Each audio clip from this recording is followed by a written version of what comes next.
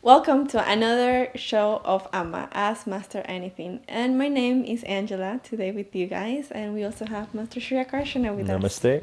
Namaste. So I went through the creators circle and I found a lot of different questions. But I think this is one of the questions that is really interested. And the question is from Maggie Cruz.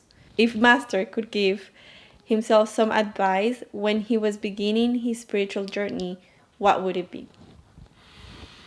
When I began my spiritual journey, if I could give myself some advice, um, I think my biggest. It was interesting because it depends how you determine spiritual journey. I mean, how do you determine spiritual journey?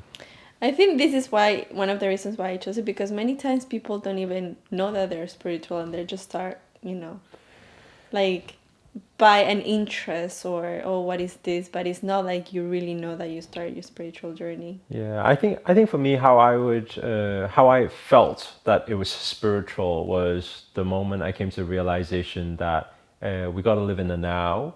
That anger and frustration and all of these things we have control over, um, and that actually being happy, being in bliss is actually very straightforward. Like the formula is very straightforward, but it takes time to apply though.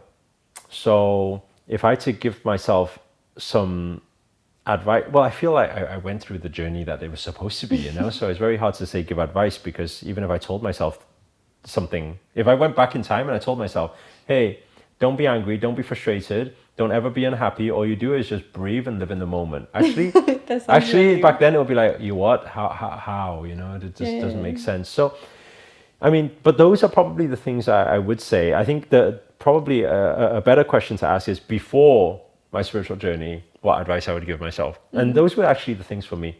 And I think that people will find this a little bit shocking because a lot of people see me today and it's like, oh, he never gets angry, never gets upset, anything can happen, and he's always smiling. Which actually I never knew that that state of being actually existed before. Like even when I talk about from stage, I sometimes get the odd person saying, "No, sometimes I don't believe it. You must get upset and angry sometimes." I'm just like, well, no, actually, it doesn't happen anymore. Like I always give that example. Somebody came in, broke in, stole 150,000, yeah, of yeah, yeah. watches, and I'm not. I'm just thinking, oh well, things happen for a reason. So be it. If they stole from me and 100 plus thousand, then they must really need the money. And I came in this world with nothing. I leave with nothing, and it's okay. I'll make it back again, right? And it's not because I have money or anything. It's because it's a state of even if somebody was to take all, and this is you come to so much peace when you have no fear of losing. And I think we were having a similar conversation last night when we were talking about detachment. Yeah. When you are able to detach from a lot of things, actually you come into a place of power. Think about it, even in relationships. It happens a lot where because we have attachment to the other person, even when we are unhappy or feel unaligned, we still feel like we should continue because we have attachment. So we don't really have power over the decision at that time. No. So when you are ultimately detached, it's literally saying that, okay, if you one day decide that, let's say for example, my best employee says to me today, Master, I'm not enjoying work here. Well, I said, like this is what I was saying yesterday. My words would be, well, if you're not enjoying, then you should find a job that you enjoy. Yeah. Now, a lot of employers and bosses will be looking at this and how can you do that? Well, who's going to work for you? And if they're so capable, then how can you let them go like that? Actually, no, because there's total detachment. And why is there so much detachment? Is because there's complete trust in the universe.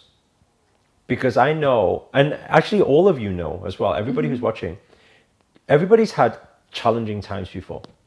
And those challenging times are so challenging where you actually have no idea whatsoever how you can even pay next month's rent, for example. Yeah.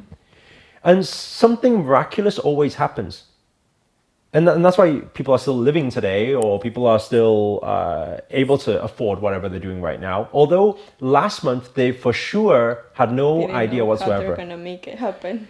And a lot of the time when you ask people, you say, so how did you get out of it? Actually, they don't even have an answer. They don't, I got lucky and this paid and this happened and that happened. Every time they think they're going to die, then they still haven't died. You know, it's like that.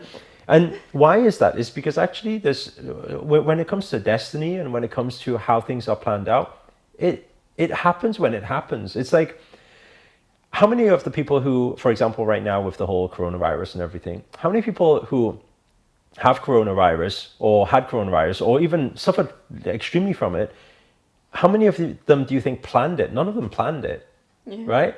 And it just hit, and then suddenly that's life gone. And to a lot of people, it's kind of like, well, that's shocking. But actually, everything that's fixed is actually fixed in that way.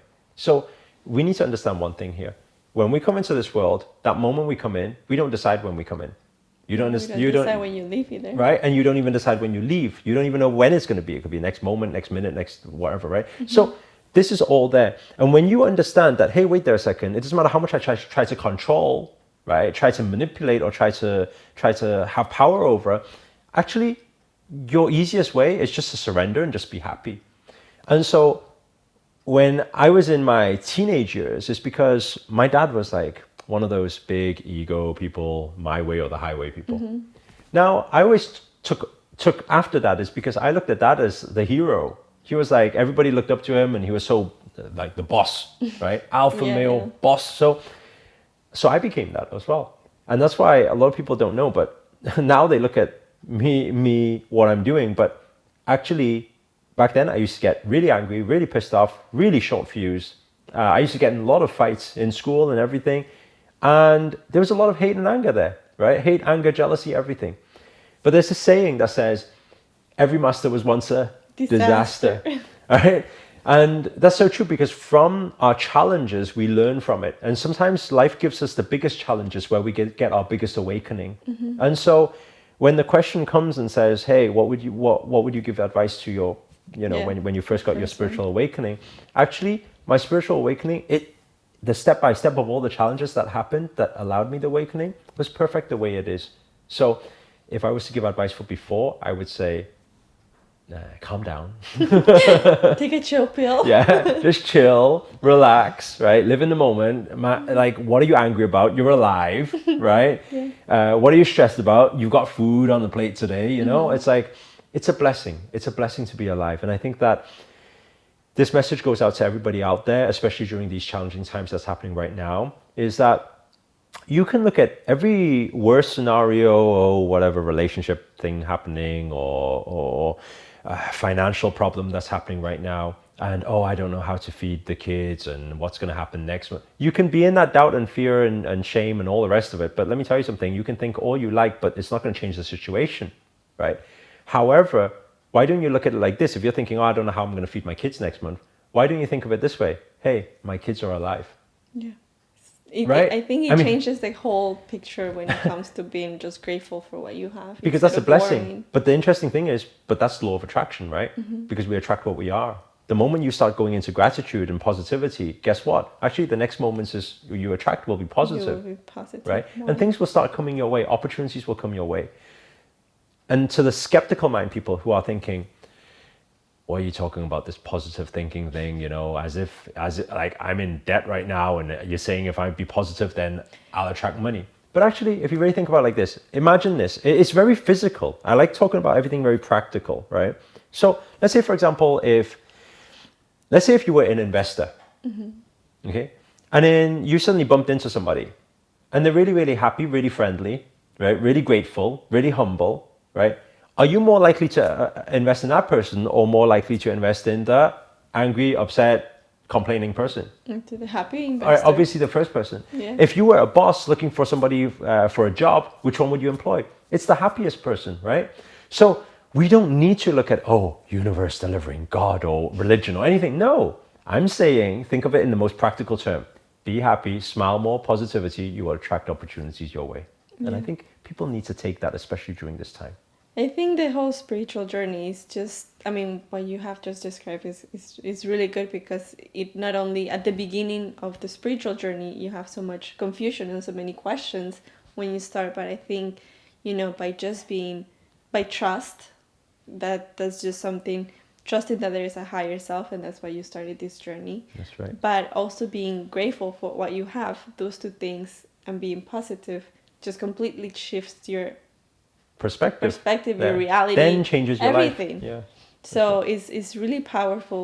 Those two things is trusting and being grateful is definitely something that I completely agree with you, Master. Thank you. So I'm glad much. you agreed. Otherwise, we'll have to cut this show and get this show deleted or something. I'm sure Maggie will also agree. So Maggie, if you can comment back again into the post that you've made to see if this works for you, that will be really useful for us. So is there anything else that you would like to share with us today, I think Master? that's it for now. Okay, thank you so much, guys. And remember, if you want to ask any question to Master, make sure to comment in the creator circle. We take all the questions from our creators and just combine it as much as we can to give you the answers. But for now, have a great day, and we'll see you next time. Namaste. Namaste.